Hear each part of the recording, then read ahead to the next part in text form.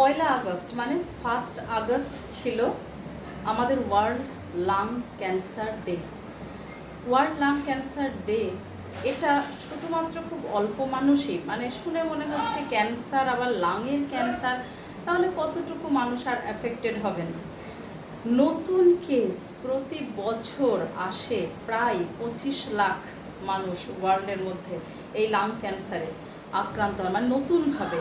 আর পুরনো তো ছেড়েই দিলাম, তাহলে নেহাতি সংখ্যাটা কম নয়। তার থেকেও বড় কথা হলো আরেকটা ইনফরমেশান যে প্রায় 50% মানুষ তারা হিস্ট্রি নিয়ে দেখা গেছে যে কোনো দিন স্মোকিং করেনি, তা সত্ত্বেও লাং ক্যান্সারে আক্রান্ত। তাহলে শুধুমাত্র কি স্মোকিংই কজ, নাকি এয়ার পলিউশনে এটা হচ্ছে? এয়ার পলিউশন যদি হয়েও থাকে সেটাতে তো আপনার আমার হাত নেই, তাই না? তাহলে কি করবেন? কোন জায়গাটা আপনার আমার হাত? নিজের টার্গেটকে ফিক্স করা। প্রথমেই বলবো 6টা মাসের মধ্যে একটা টার্গেট ফিক্স করে নিন যে আপনার লাংসের ক্যাপাসিটি বাড়াতে হবে। আর যে প্লেট যেটা আপনার হাতেই আছে সেই প্লেটকে ঠিক করে নিন।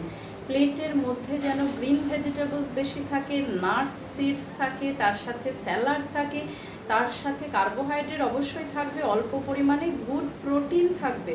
তাতে কি হবে? আপনার ইমিউনিটি ডেভেলপ করবে। আর ডিপ ব্রিথ, মানে লাংসটা পুরো ফুলিয়ে ব্রিদিং নেওয়া, আবার ধীরে ধীরে ছাড়া। এটা করতে কিন্তু একদম যেন ভুল না হয়। অ্যাটলিস্ট দিনে 10 থেকে 15 মিনিট, কেমন? আর টার্গেট ফিক্সড করতে বললাম ক্যাপাসিটি বাড়ানো, সেটা কি করে করবেন? যদি একবার দেখেন যে না, লাংসের ক্যাপাসিটি মানে ব্রিথ হোল্ড করে নেওয়ার পর হোল্ড করে 20 সেকেন্ড কি 30 সেকেন্ড আপনি থাকতে পারছেন, তাহলে আগামী 6 মাসে টার্গেট রাখুন যে আমি ওটাকে 60 সেকেন্ড করব।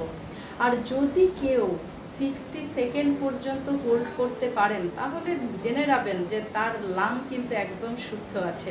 কেমন?